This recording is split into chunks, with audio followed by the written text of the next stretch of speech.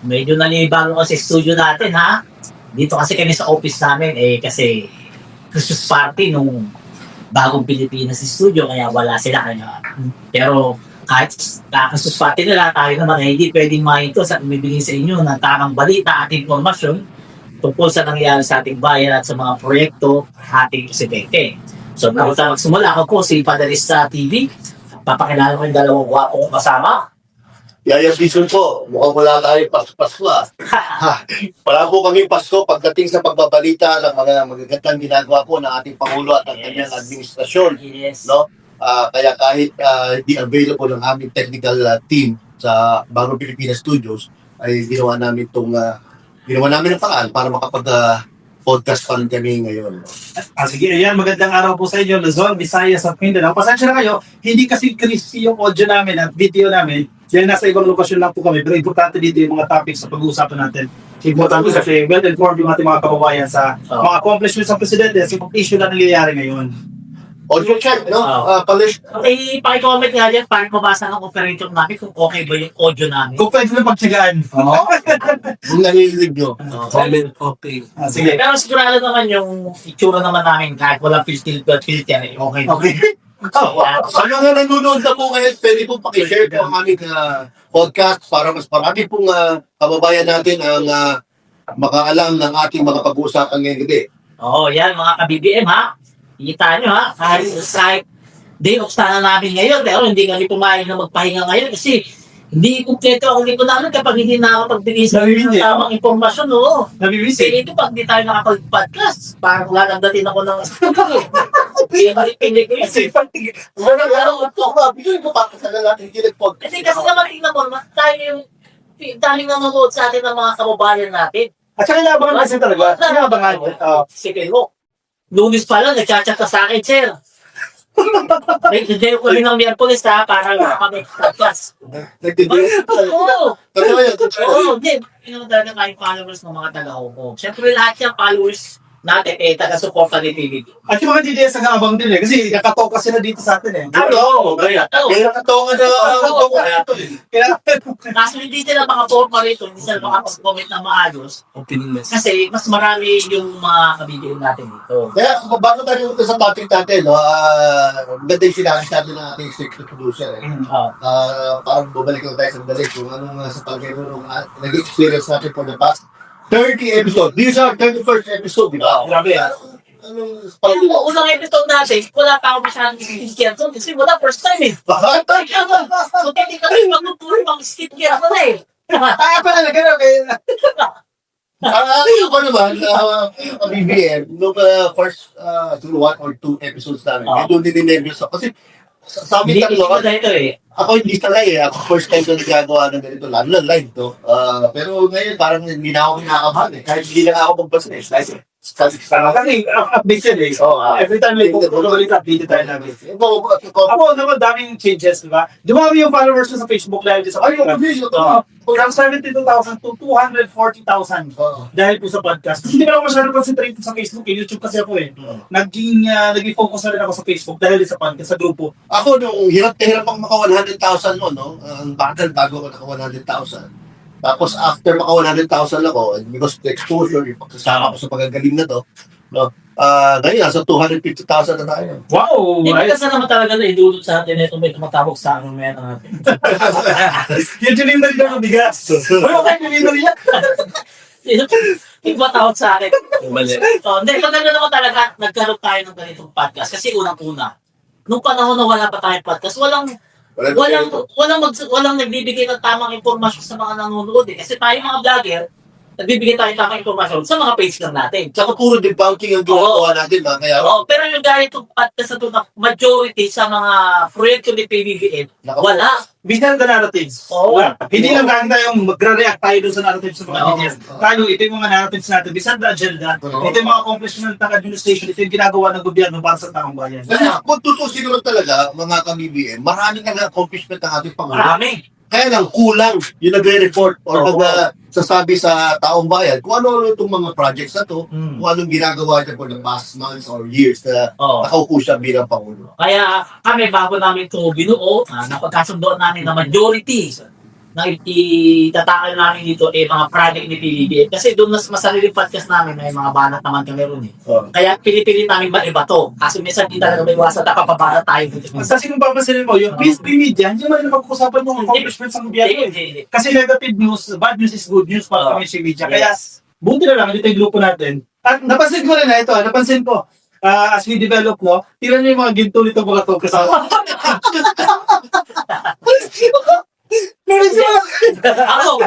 Ako nakita yung hepa.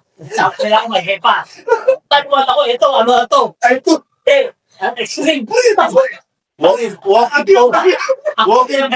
Walking phone siya ako. Nakamaral ako rito kay Hayap. Nagsimula tayo, 216 lang yan. Oo. Yan. Speaking of yung na-high blood minsan, hindi maiwasan, ano sabi ko, hindi recommend nyo nga, may bagong fast. Ganda-ganda ng mood ko. Ganda ng mood ko. Kasi may binakot to sa Sa tayo. Yung may amnesty. dapat po wala na yung real estate property.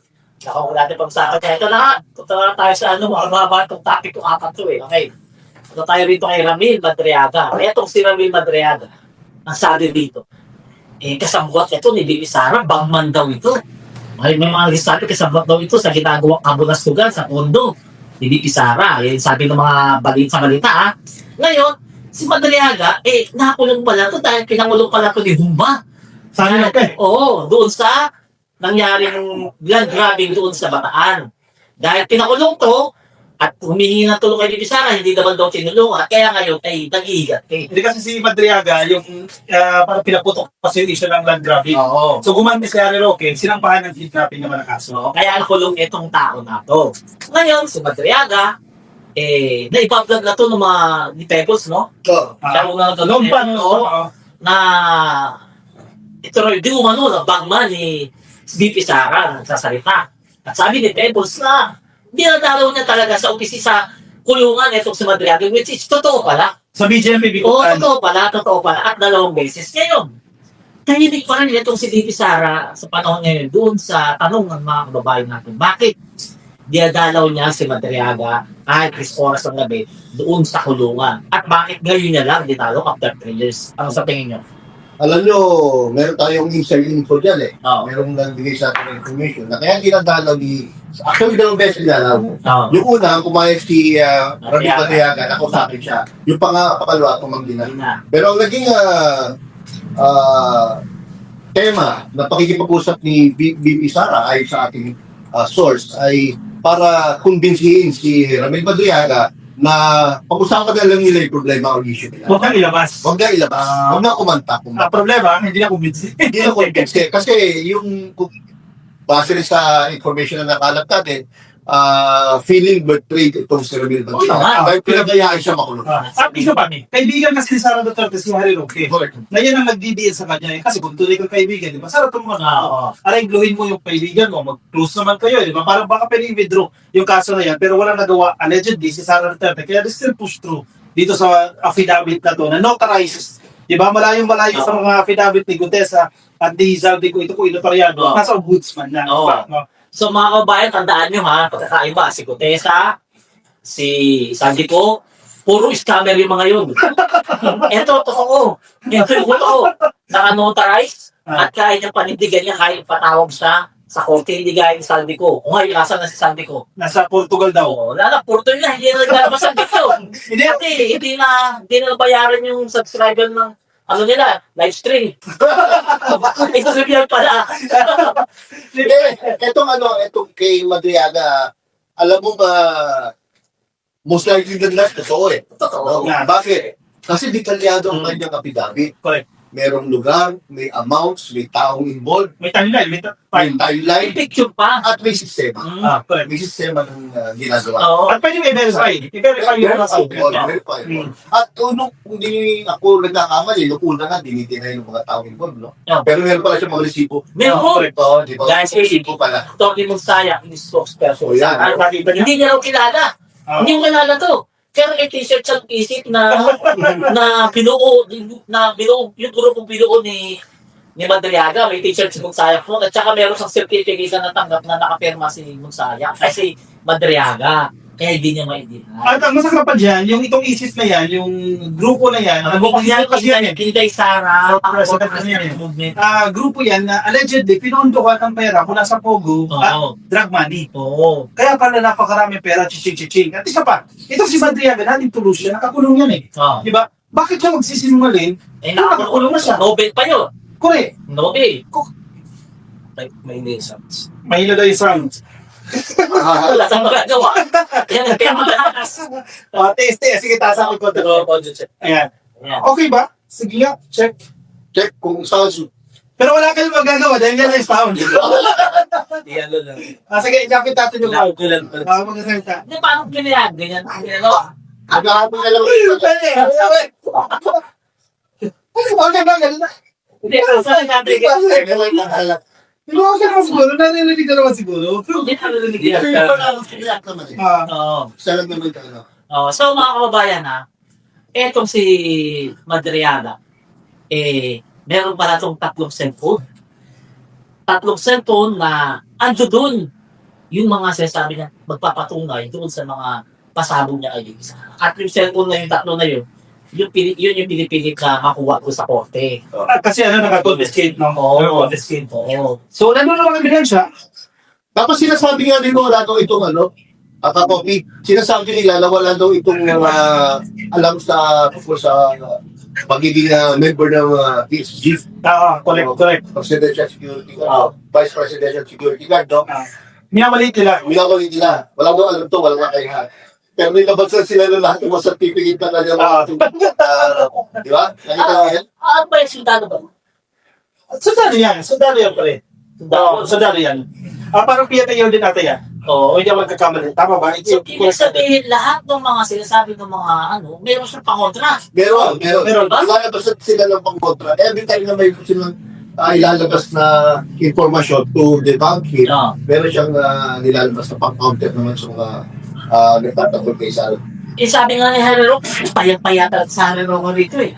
Sabi niya, hindi raw magkakilala si Sara, pati si Madriaga, o anong ginawa ni Madriaga, naglabas ng picture na magka-video ko sila. Manood sila video ko. Tsaka yung inauguration, di ba? Ito pa si Madriaga. Wala silang dinay dyan. Oo. At kaya hindi magkakilala, unang-una, kasi po siya dadalawin sa BCMP, Bikutan. At tapos meron pang tumitira sa kanya, kasama na si Jay, no? Sabi niya, kiniklaim daw ni Madriaga na mag-classmate sila ni VP. Isa pa yan. Ano daw nangyari yun? Mas matanda si Correct, isa pa Madriaga. yan. Pero sa pidabit piece ni Madriaga, wala naman siyang kiniklaim na mag-classmate sila. Sinabi niya lang na parang schoolmate sa San Sebastian College. Hindi sinabing classmate. Hindi na nalilidad kasi survey pagkaiba doon. Patobo naman ako eh. Kasi ang ginagawa nila, kailangan nilang pahinain yung reputasyon ni Madriaga. Kasi yun natin nila, napakikinggan po si Panelo, ang sinasabi nila, maniniwala ba kayo sa isang statement ng isang kriminal, una may criminal record, sa wala pang verdict. I-discredit nila si Madriaga kasi may mga hawak na ebidensya. Diba? Kaso kahit anong gawin nila, hindi sila pinapaligan ng tama. Kasi, ultimo si Vicky Sara, kilala natin yan kapag mayroong mga sa kanya, buwabal ka agad yan. Isa ka agad yan. Kasi kapag kunwari yan eh. Sasagutin agad. Oo, pero rito, makakabili katahimikan na kahihiyan niya. Hindi siya nagsasalita. Ito, gano'n yun. Diba? Correct. Kasi isisting tanong, anong ginawa mo nung dinalaw mo siya? Anong pinag-usapan niyo? Bakit mo siya dinalaw? Hanggang ngayon, Walang statement. ha? Join pa rin. Kaya pinagkakawalan talaga siya. Tapos yung pangalita doon, yung mga pagka-incidents, no? Within 24 hours, meron na nasagot si VP Sara. Kaya wala, nagbasa pa siya ng gabi, di ba? Yung ilang news title lang. Meron nagsasalita yung mga agad niya. Si Panelo Jr. ang sinasabi, ano lang yan ginagawa lang nila yan para pigilan yung 2028 presidential bid ni Sara Duterte. Confident no? Kaso talaga, mananalo Hindi siya mananago. Hindi naman nananago. Kasi ayaw ng Pilipino sa hindi marunong masyadong mag-English. Hindi yan mananalo. Nakita niyo yung gusto kanina? Pinagsasalita, Tagalog na lang. Caption tips ko, Tagalog na lang. Kaya ko ba na mag-presidente? Dahil mapapatawag ka. Sabi niya, mapapalaman ko sa kambisal. Buto ng dahil. Parang buto ng dahil. Hindi niya natawan ka sa comment section kung bigyan magdadina. Kaya ito ang problema dito. Kay Vicky Sara. Ngayon, etong si Madriaga, yung mga aso lang nila, yung mga kumakol-kahol dito sa Flypa. Kasi hindi nila mababasa yan. mga ka-BBM, sigurado yan kasi pati nila mababasa dahil nasasabi ng totoo yan. Hindi nila yung mga pasikot-sikot na gaya may Gutesa na nagkalit-lit yung script, butik-butik, pupukin ng script. Sabi ko, Kasi sabi ko, sabi na wala to siya pakinabang kahit 5.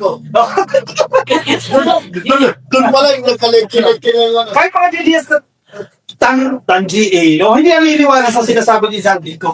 Oo naman, ikaw, bilang tinakdano, wala ka na pa na ba kahit 5? Pag-ibig di ba nga natin yun? Kasi di ba sa mga sinasabi nila, kaya ganyan daw ang mga kalaban ni BP Sara is dahil sigurado sila na siya na maging presidente sa 2028. Yes. O, hindi bang natin yan? No? Paano natin sasabihin na hindi totoo yan na sigurado siya na magiging presidente? Okay.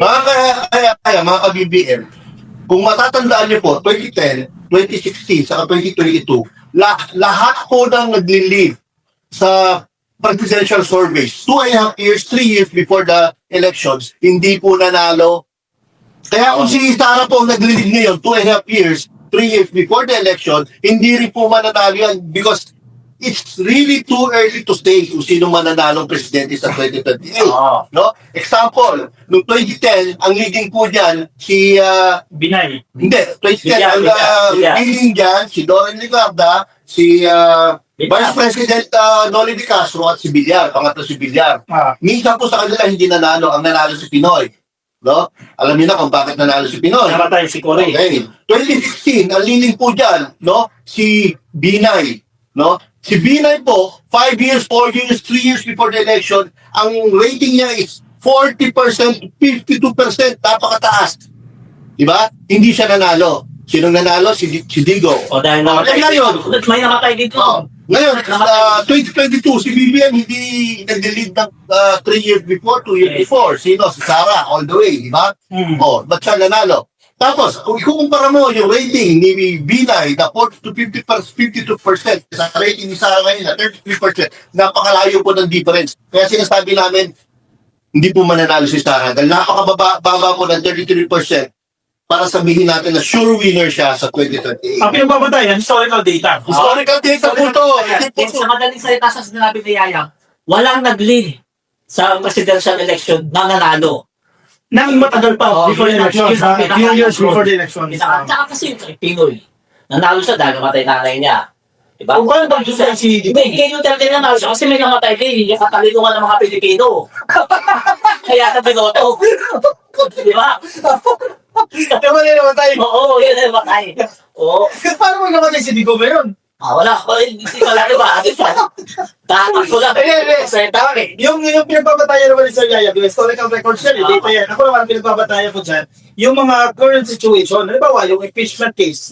By February man po, final impeachment case, di ba? Bagamat negatibo yung dating natin dyan kasi mababa yung bilang sa Senado, marami pang mga kaso, may plunder, may grafted corruption, may malversation, nandiyan dyan sa ombudsman. Di ba? So bakit dyan pa lang, hindi na umabot sa 2028 Hindi election? naman siya ang mo ha. Kulang bilang sa Senado. Alam mo, nagtatango si Bato. Si Bongo nagkasakit kasi nararamdaman na yung arrest of warrant siya, baka lalabas na. Si Jingdoy, si Cheese, Makukulong. si JLL. Pwede ma-arresto na yan next year. Di ba? Mamamuwasan sila ng 5. Pag na-impeach siya, sino palaban nila? Si Bongo, kung ma-arresto. Bagsak nila kay Robin Padilla niyan. So, si Robin Padilla. Okay ka na yung Robin tsaka kay Robin. Okay ako. Hindi ba mabuto yan? Mga DDS, so yan option na, Robin Padilla at saka Philip Salvador. Yan. Makiting pambayo nila yan. Diba? Makiting. Kaya yung mga nagsasabi dyan na sa pangarap na sure winner sa 2028, kalimutan niyo po yan, hindi po mangyayari yan. Malabo pa yan sa sabaw ng pusit. Pero may narinig ako tayo yung dumi. Yung dumi daw. Duterte Ivy. Ganun sa'yo, saan ka ha? Pwede ha? Dumi. Parang mabilis pa ng daan ha? Duterte IV sa 2028 yan, dumi.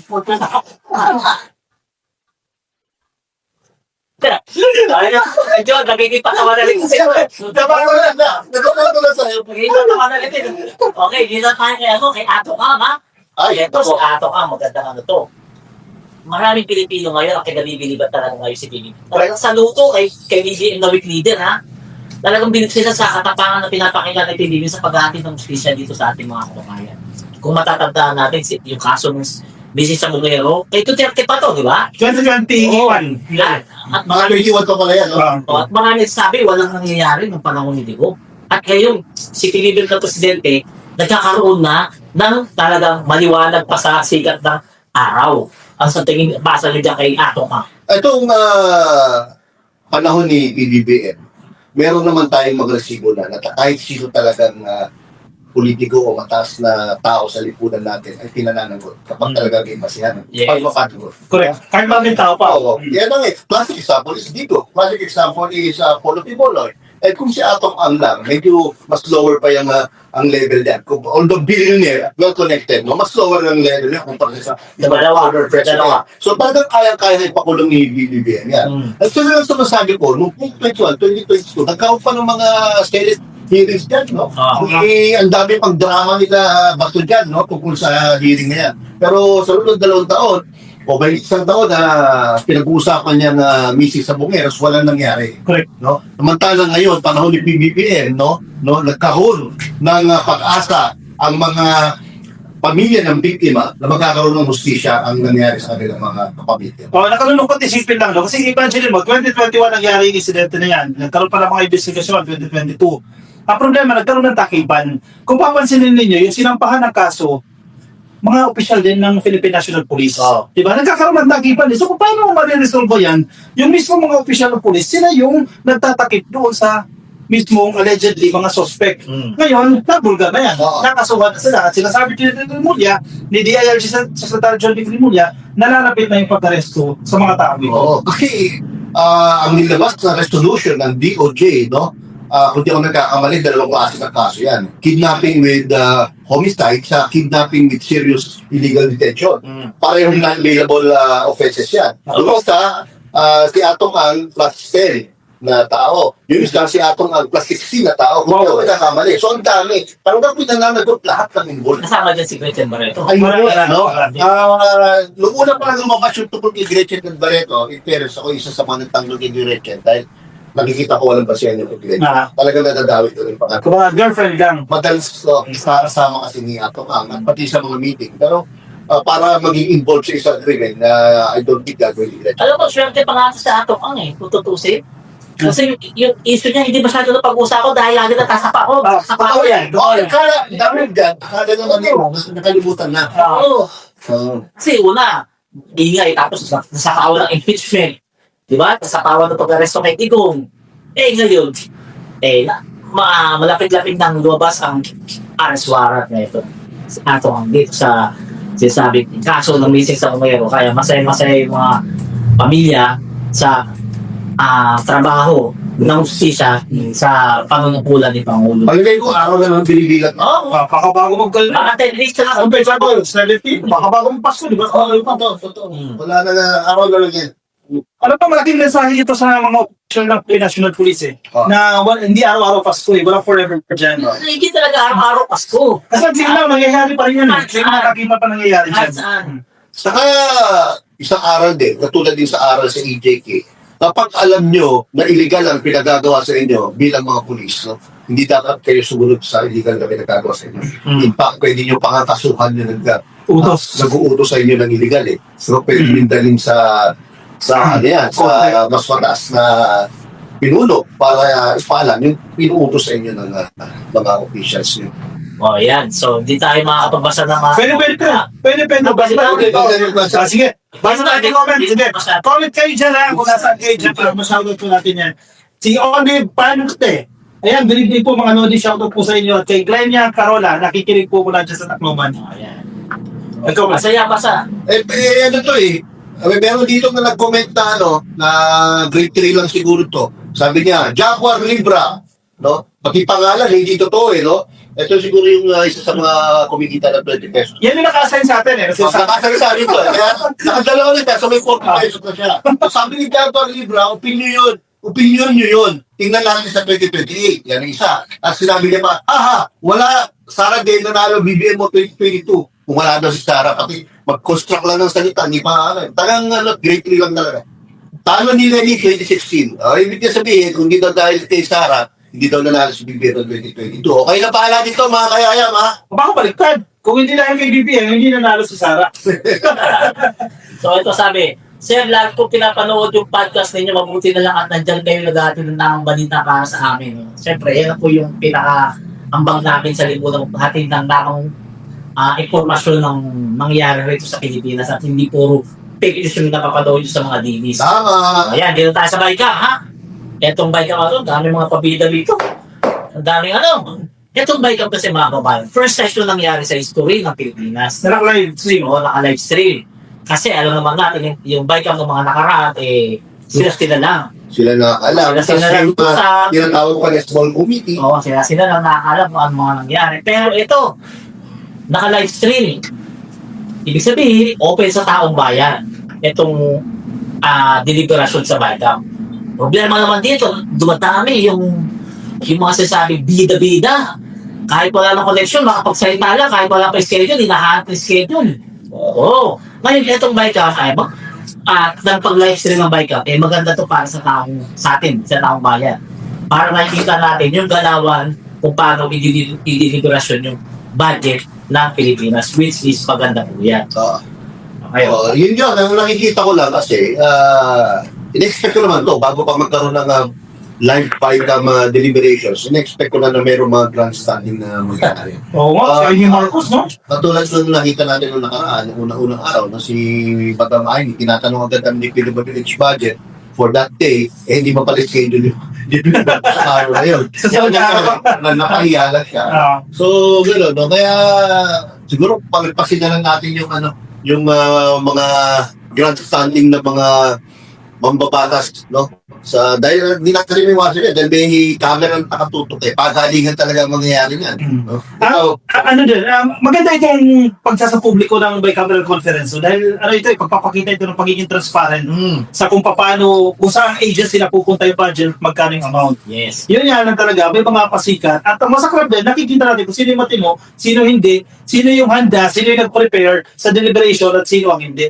Kung sino yung may sense at sino yung walang sense sa budget. At makikita mo rin kung may mga nabubulgar kasi yung mga insertions bakit sila yung nai-involve dyan sa insertion na yan, bakit ganyan kalaki at bakit umabot pa sa insertion ang sinasabi nga ni Lauren Ligarda, dapat na sa NEP na yan sana wala namang insertion pag sumapit ng Baykam, ayan, nagkakabuli na suha. Pero itong Baykam na to, namatay gusto matindi si Senator Amy, ha?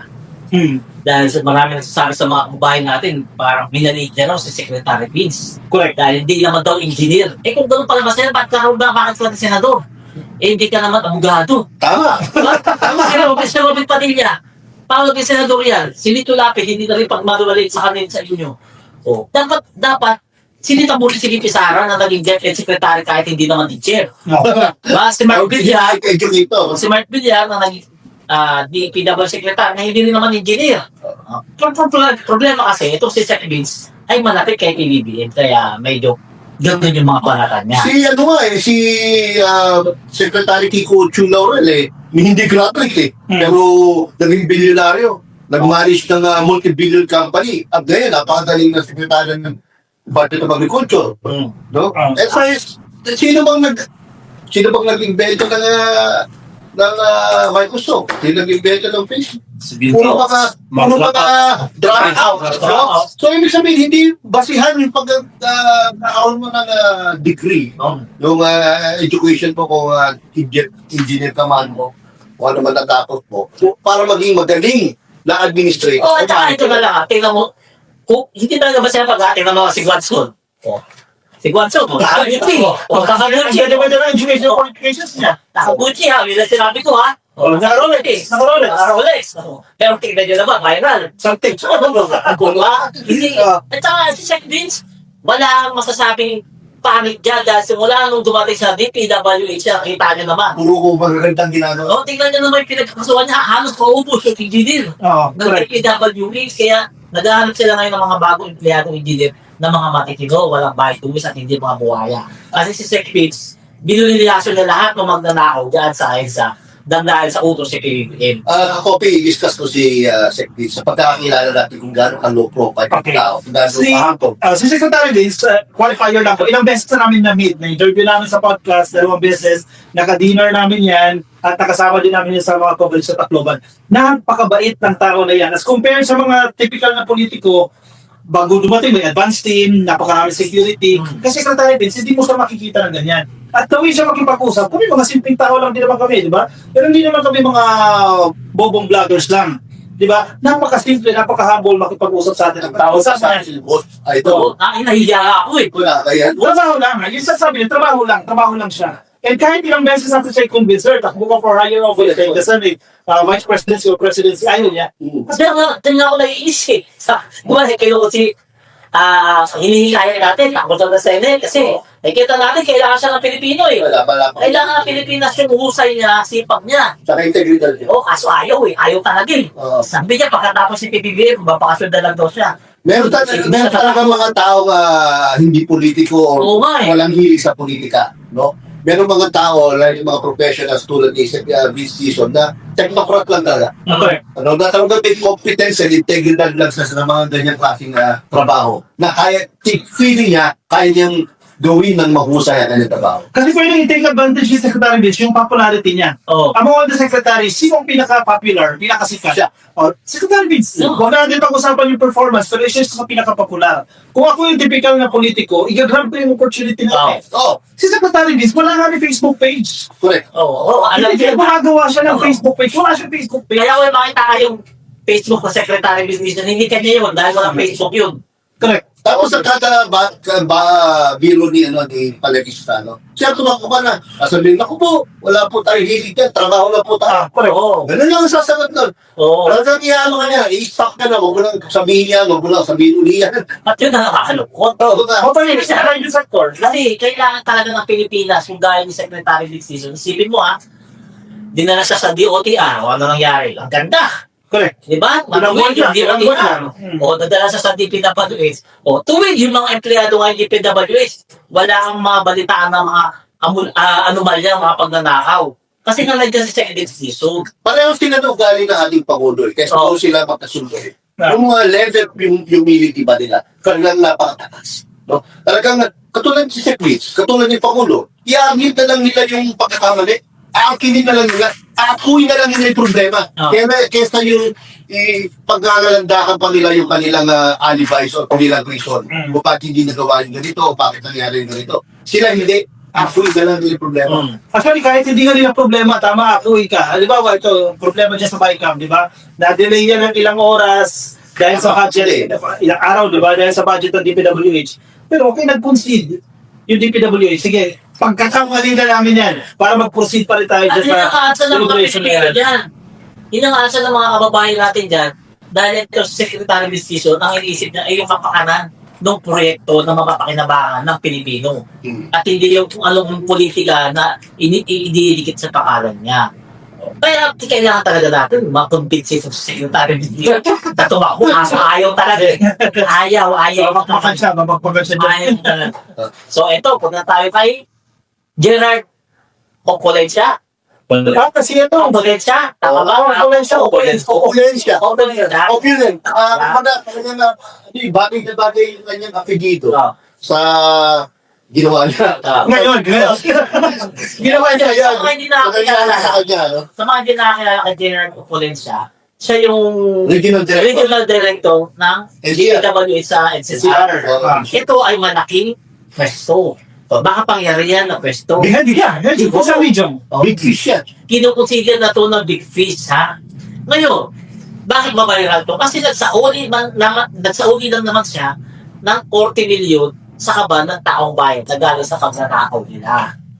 Ibig sabihin, totoo na may nakawal. Magsusuli ka ba kung wala ninakaw? Di ba gaya na lamang ni Hernandez? Sino ba yung nasuli? Si Alcantara. Ngayon, Opulensya. Si Diskaya, kailan kaya? Kasi may pumipigil si gano'n. Ipigil na lang sila. Ipigil na ganun. Kasi, Si Vizcaya doon ka sa ano ko. Kasi Diskaya. Okay. Pinipigilan ka ni ganun. Yung ginagano namin, hindi peloka yun ha. Takit na kaldero nyo. Bakit na rin sa interpret nyo? Kasi kami BM, ito extended po itong nangyari na to, na mga inaakusahan ng pandarambong ay nagsasauli agad ng pera ahead of any cases charged. May ano na ba? May ano na ba ito? Wala pa. Yun nga nakakabili dito, no? Hindi pa, nag-uumpisa ang mga kaso nito mga taong to. Nagsusurrender na sila ng kanilang mga pera at kanilang mga arian. Dahil alam nila na talagang may kalalagyan sila sa administrasyon. Alam nila, seryoso si PBBM. Alam nila seryoso si PBBM. Oo. At alam nila, hinaharap nila ay habang buhay na magkakabilanggo. Ano na to eh, kumbaga, andyan na yung reality, tanggapin na nila. Itong sinawali ko pala siya, actually partial lang yan. Oo. 40 million yan kasi 100 million yan eh. Na isa sa ulit. So meron pa pong mga paparating na sa lapit na babalik niya sa gobyerno. Kasi parte yan ang kanyang application sa WBP, sa Witness Protection Program. Kasi sa kasalukuyan, provisionally admitted na siya sa WBP. So in the coming months or in the coming weeks siguro, isasauli na yung ganda ng pera. So kasi material, yung ebidensya o yung mga testamento na sinasabing influensya para mapakulong yung mga big fishes. Kasi involved siya sa mga projects dyan sa Bulacan na i-presenta ng nakawan sa flood control house. Saka hindi lang yung mga cash na to na sinurrender kay Alcantara, no, at ni Opulensya. We have to consider also yung na-frozen na mga assets, which is at this point in time, no, nasa 16 billion na yun na frozen asset na mga involved sa flood control staff. So, unprecedented talaga. Samantala nung panahon ng Port Barrel Queen, no, Janet Napoles, wala akong nababalitaan dito na nakakuha ang gobyerno ng pera o restitution. 40 million kay Ruby. 40 million lang. Pero manager's check. Oh, 40 Manager's check pa yun. Oh, so, Gold cash to eh. Gold cash constante po. Oo. tapos may mga assets mismo, no? Assets like vehicle, Plano. real estate, air assets, plano, no? Naka-frozen na. So talagang yung pagpapanagot, no, sa mga involved dito sa scam na to, ay talagang nakikita mo may resibo na. Correct. Di ba kaya na tayo? At saka makikita mo talaga yung top nila kay PBBM, di ba? Totoo. Tingnan mo na lang sa Sara Vizcaya. Wala pang warrant of arrest pero sumuko na. Kasi alam niya kalalagyan niya kapag may warrant of arrest na. Kaya sumuko na yan kasi gusto niya medyo kapag yung dinadala niya guilt sa sarili niya. Alam mo nakakawa yung mga anak niya talaga eh. Apat yata anak nila. Kasi ba ADHD? Wala kay ganun, no? Ayan, kaso dapat inisip niya yan. Bago Bakit sila habang nagdanakaw sila, inisip dapat nila yan. Di ba? Kaso wala, nandiyan na yan. O kaya ako sa kanila, huwag sila makinig kay Pilomang ganun. Toging na lang sila. Kasi kapag mamadalista, kapag nagsoli kasi sila, doon palalaman yung kanilang sincere. Correct. Na talagang pinagsisihan nila yung nagawa nila. Huwag silang makinig sa mga abogadong pulfol. Gaya ni Marco. Lalo na yung gano'n. Di gano'n. Next, mo na yung picture. Huwag na yung huwag kayo maniwala doon. Kapag magpapakita kayo ng talagang sinseridad na gusto nyong pagsisihan ang inyong nagawa, no? Ang pinakamagandang bagay na pwede nyong gawin po ay isaoli nyo lahat ng kinulimbat nyo, no, sa taong bayan. In the first place, hindi naman talaga para sa inyo yan. Kaya kailangan nyo isaoli yan. Oo, so ano oras na ba? Check ko muna. Marco, shout out tayo. Stay now, 40 minutes again. Ito. Nabi the Adamsons. Yes, no, with PBBM OFW Hong Kong. Si Alice Berosil. Good evening po sa inyong tatlo. Marcos Forever. Jeronald Flores Ganaden. Anong balita na mga idol? Yung pangako ng Ombudsman review lang may makukulong ng Senator pagsapit ng December 15. Relax ka lang, no? Malapit na. Hindi naman na nakapako sa bato yung pangako yun. Before Christmas, ang pangako ng gobyerno. Si Aaron, nag-comment sa atin, mukhang pag-aaral ko ito pa eh. Manug, waliling dakula, madilim at parang mahina po yung audio. Pasensya na po kayo ha, kasi wala kami sa studio kasi Christmas party. So, kailangan natin gawa ng paraan, kailangan makapag-podcast pa rin tayo despite our limited. Mahina pa yung studio ko, gawin naman ko sa mukha namin. Doon na lang. Winston Party. More power sa inyo mga ka-BBM vloggers. Mabuhay kayo mga sir. Nenita Miranda, yes, solid PBBM. Jeremy Almeda, good evening, Kakopi. Si Kakopi lang ginagawa. Oo nga, GMP Almeda. Shoutout po sa inyo. Ayan, GG Natividad, PBBM forever. Correct. At yung napakarami pa po mga sumusuporta sa gobyerno natin. Rowena Mansol. Sir, sa lahat ng nagpa-podcast, kayo po yung pinapanood namin kasi napakaganda po ng talakayan ninyo. Answer ba yan? O yan. Alam mo, wala. Okay, yan. Kaso yan. The only two that is watching, no? At kanina nakita ko si, kaibigan natin, si Ate Vicky Desiderio. Ate Vicky, hello! Ay, teka, bago tayo magpatuloy ha, mga kapakalimutan na, yung sa Tacloban DPWH, Ay, ako. Ay, oo nga. maraming salamat kay Ma'am Paula, kay Ma'am Randy, at saka Saman. Kada Randy. Kaya mamanay ko, Mama Nali. Randy. Ma'am Hope. Ma'am Hope, yan, sa maraming. And siyempre, sa boss nila, kay Ma'am Mitch. Hello, Ma'am Kaya, Mitch. kay Ma'am Mitch. Maraming salamat sa inyo. Grabe, nagdagdag ako ng 1 kilo ha. Sa 4 na araw. Grabe na nga sa mga DPWH Region 8 at saka mga ganda yung proyekto dyan sa Region 8. Oh, yun talaga rin. Yung region director na rin na humarap kay PBBM sa kay Secretary Vince Dizon nung inspection ng San Juanico. KRD. RG. Hindi lang natin yung RG. Kaya, anyway, RG, Grabe, salamat po. binigtayan mo sa DPWH sa Tacloban, no? Yung mga proyekto nila ron, ang kapal tayo naman sa ito at ang daming bakal. Solid. Solid, nakita nyo naman siguro yung mga vlog namin, di ba? Pati yung seawall nila na ginagawa, pati yung Causeway. kalsada na papuntang airport, mas may matawag doon. di ba? Causeway. Grabe talaga, anti-baha na talaga eh. Oh, ito, nakaanin na ata ng message. Cooker Jose, mga idol, pabati naman po, Jose Family Feast. Jose Family, kamusta po kayo, no? Si Cooker Jose, kamusta? Kumusta po si Wally? Ayan na, binati ka na namin. Ang dami mo ng comment. May ano ka ba? Ay, meron akong wala naman ngayon. Meron akong pisipin, kaya na, hindi ako mag-editor sa kasi setup eh.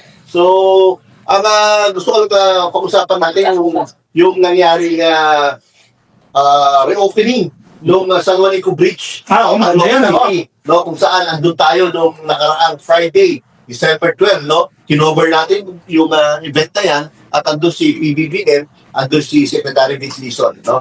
At maraming natutuwa, lalo na yung mga dumadaan dun yung bus, no? Pwede na. Oo, tontuwa nila eh. Bas yun, may mga pasayro na yan. Kasi nung hindi sila makadaan dyan, talagang Masakay sa BART. no? Ang inconvenience talaga. Yung dahil nila, tumatagal. Tapos, kung di ako nagkakamali, yung gastos mas malaki. Mas mahal. Sinasakay pa sa barge, yung pa nila masakyan. Pero ngayon, lahat ng vehicles, 15 tons below, pwede na dumaan. Ano? At magkakaroon din sila ng sistema na kahit 30 tons below, pwede dumaan, pero one way. No? Correct. Pero kung di ako nagkakamali, baka sa January pa may convention. Pero for the meantime, basta ang vehicle mo is 15 tons and below, pwede nang dumaan sa San Juanico Bridge. Ang pinanggalingan niyan, 3 tons lang. Imagine mo ha. Kasi originally, ang capacity ng San Juanico Bridge, 33. 33 tons pwede yan. Pero dahil nasa Salubungan. two-way. Kasi dahil sa mga nangyari, nireduce niya into 3 tons. Imagine po yan ha. Ibig sabihin, maliliit na sasakyan na lang ang pwedeng dumaan. After the retrofitting na napakabilis ng ginawa ng DPWH, naiangat na yan sa 15 tons. And two-lane na po yung nagagamit. Ayun, mga dito nyo sa video, namin, no? Sa monitor namin, no? Yeah. So ito makikita mo Napakaganda sa Juanico Bridge. yung nakita ko yung San Juanico Bridge. Hindi, by the way, hindi kayo tourist pa. Sabi na. Okay, hindi ako Hindi lang yung tourist spot yun eh. Ang dami nga nagpapapicture ko sa paahan doon. Kaya, Diba? ako pa lang yun, ha? Oo. Mas lalo na sa gitna. Bawal lang sinito sa gitna eh. Pero dati, di ba? Diba? Nandiyan tayo Ang daming mga turista yung nagpapapicture sa pinakatuktok ng gitna ng kulay na yun. Kasi nga, napakaganda yung lugar. Lalo na doon sa may tinutahan natin building. Di ba? sa may baba, sa banda mo. Oo, ang dami nagpipicture mo sa building kasi tanong mo pag nag-selfie ka, kita-kita yung mismong tulay. So, habang nakikita ko sa Juanico Bridge, nakikita ko, paano tumagal ito ng ganito katagal? 52 years. At yung proyekto dito sa Isabela, bakit bumagsak agad? Anong mayroon dito sa tulay na ito na wala doon? Iba yung mga gamit kasi no? Iba yung timay ng mga raw materials noong unang panahon. Kaya kung mapapansin mo, lahat ng binagawa ni Ferdinand Seeger, mapa-eskwela, mapa-bridge, mapa-hook, no? Talaga sinibay. Even yung mga hospitals. Sabi yung hospital, Yung mga yung sa materials doon. hindi, nasa materials. Palagay ko, Sa standard. Ay, una yung quality ng kunyari mo. Quality ng tao. At saka yung structures din. Yung engineering. May kinutahan na community addicts sa Bulacan. School, pinagawa ni President Marcos. Hanggang ngayon, buhay pa. Pero, di ba, ngayon tutuwa siya, di niya alam, tatay niya pati nagpagawa pa ng eskwelahan. Doon lang rin siya nagulat si KDDF na tatay niya pala nagpagawa ng school na yun. Correct. Bye. So, Kobe, meron ba sila si PBBM nung nag-speech sa Okay. kung tungkol sa ano yung lesson? Ang pinaka-lesson dyan sa mga administrator and future administrators, huwag na natin hayaan na gagastos tayo ng 1.2 billion pesos, example lang ito sa San Juanico Bridge dahil sa kapabayaan. Ideally, kung pwede every year or every 3 years, i-check ninyo yan. Proper maintenance ba? Para hindi ka nagagastos ng napakalaking halaga dahil sa kapabayaan. So yun yung pinaka-lesson, yun yung pinaka-gist na sinasabi ng presidente natin. Kung yung nagdaang mga administrators o administrasyon o gobyerno, maayos yung maintenance sa mga ganyang classic structures gaya ng San Juanico Bridge, hindi tayo gagastos ng 1.2 billion pesos. Huwag pa na natin pag-usapan yung impact sa ekonomiya sa lugar. Diba? Tataas yung mga raw materials na ginagamit ay tinatawid pa sa March dahil hindi makadaan doon sa San Juanico Bridge. Kumbaga, ang lesson dito is an ounce of prevention is better than a pound of cure. Correct. Dapat, kahit sa health natin, kahit sa pag-maintain ng mga buildings, o sa trabaho natin, dapat palagi well-maintained ang ating ginagalawa. Alam nyo, yung mga in-interview natin doon sa may paan ng San Juanico Bridge bago tayo makyat, nag-interview tayo sa isang bus, in-interview natin yung mga tao. Correct. Tuwang-tuwa sila kasi hindi na sila mahihirapan tumawid doon papuntang Samar. Kasi dati, doon nga sa BART sumasakay. Ngayon yung bus, diretso na uli sa tulay. Laki pa sa salamat ng mga tao doon kay Pangulong Bongbong Marcos kasi nga, pinamadali niya na matapos etong San Juanico Bridge para makadaan man lang yung mga bus na may pasahero pati yung mga truck na may dalang mga kargamento para sa ekonomiya ng lugar na yun. Tama. So yun, ang sunod. Lasa tayo na yun. Hindi, meron naman. Pagkatapos sa San Juanico Bridge, pumunta naman si Paul Fong sa Bacolod. Sa Bacolod. Ang pangalan ng port Banago. No, hindi niya ba yung Banago Port? Sige, pero mo pre. Ang maganda dito sa Banago Port, pansinin mo ang presidente, halos lang ng sektor pinagtutuloy niya ng pansin. Itong Banago Port, originally, balita kasi yan 50 passengers a day lang yung capacity. So, pero ngayon, Bacolod dyan, ang Bacolod dyan. Ano ginagawa ni Duterte, ha? Sige, si Duterte. Gusto ka lang yung Duterte. Hanggang nga isingit mo na. Hanggang nga isingit mo na. Kaso lalo na galing dito kasi kasi sa mga DBS. Kasi going back, doon sa Banago Port na yan, na Bacolod yan, supposedly center of tourism yan, so dapat maganda yung mga ports, mga pantala dyan. Ngayon, ginawa ni PDDF yan. From 50, naging 500 na yung capacity a day. Dadagdagan. Alright, at maganda na, mas convenient na yan para sa mga passengers kasi yung walkway, may cover na, may bubong. Diba? Mas malawak yung mga daungan kasi lumawak na yung capacity. So ang impact niya, yung turismo dyan sa lugar na yan, gaganda. Yung trading, mas lalago. Kasi tumaas yung capacity. Kung turista, correct. Ang kulang na ako, akala ko na airport. Diba? Akala mo airport sa harapan Kasi ang ganda ng struktura, malinis, diba? Ang maganda pa rito, may sinasuggest na dapat lahat daw ng port, ganito yung itsura. Ganito dapat ang itsura. Maggagawa ng port sa Jensen o sa Dipolo, sa Sabong, dapat ganito lang. Baka may model na. Para alam na yung presyo. Meron na. Para alam na yung presyo, para iwas overprice, iwas magnanakaw, iwas buwaya, para alam na naman. At saka kung pamilyar ka rito, kahit saan ka magpunta, pamilyar ka na kung kung anong area yung puntahan mo. Kasi pamilyar ka na sa lugar Kung pare-pareho na itsura, yun yung maganda. Tama. Plano nila Pangulong Bongbong Marcos, which is maganda to, lalo-lalo na dyan sa Bacolod na pupunta tayo dyan next year, sigurado yan, makikita namin yung Banago. Modern kasi na modern. May sinasabi nga sila na yung lugar mo sa may port, yun yung masensado. Pero may Batangas, di ba? Daming ports dyan Kaya ganyan kalago yung ekonomiya. Kasi port trading sabi, noong unang panahon dyan nagkakaroon ng kalakalan sa mga ports Tapos bakit natin pababayaan? O bakit pinabayaan ng previous administrations? Alam nila yung problema. Bakit hindi sila nag-concentrate dyan sa mga sectors ng commercial transactions? Yan dapat ang pinapaganda nila. At ngayon, napapansin ng administrasyon yan, ni PBBM, buhusan natin ang investment yan. Kasi eventually, magbibigay ng revenue sa government yan. At bukod sa revenue, yung convenience ng mga mababayan natin may establish. Makukuha nila sa mga proyektong ganyan. Okay. Teka, basahin mo lang to si Cooker Jose ulit. Idol, please, pabati din po dito sa trabaho ko sa restaurant Halal, Kamay Kainan. Please, thanks po. Dito po from Mindanao. Oh, may mga Marcos lawyers talaga tayo sa Marami, Mindanao, no? Oh, yan, Duca Jose, ha? Lahat ng pinababasa mo, pinababati mo na yung gawa na. Tsaka yan, basahin yung nasa kanta sila. Ano nakasulat? Oh, Ako. hindi natin pwedeng kalimutan yan, no? Isa sa mga pinuntahan namin po, no? Yung, actually, 3 or 4 projects ng DPWH sa Global City, pinuntahan din po namin. Ay, nakakula. At isa sa malaking proyekto po, Yan, yan. no, napakaganda, ay yung Global Airport. Ay, correct. Global Airport. Mga kopi, anong masabi mo yan? Ako kasi taga-Leyte ako eh, no? Taga-Tangawan ako eh. Pinabahan mo yan. Okay. Diyan ako lang nagalan sa Romualdez Airport. Nakita natin kung ano yung development niya from the Yolanda time na sirang-sira yan. Ngayon, medyo maliit pa rin kasi yung Tacloban Airport. Yung ginagawa dyan, yung first 3 phases, ang gumawa niyan, CAAF. Okay. Yung sa ceiling phases, ang gagawa na po yung DPWH at international. Yes, international yan. And bago magtapos itong administrasyon ni PBPF, bubuksan na yan. Actually, it's 2026 partial lang. So malamang sa malamang, andyan na naman tayo. Malamang yan, malamang. Kasi syempre, alam nyo naman kapag sinabing Tacloban, sa paningin ng mga dilis, mainit sila dyan.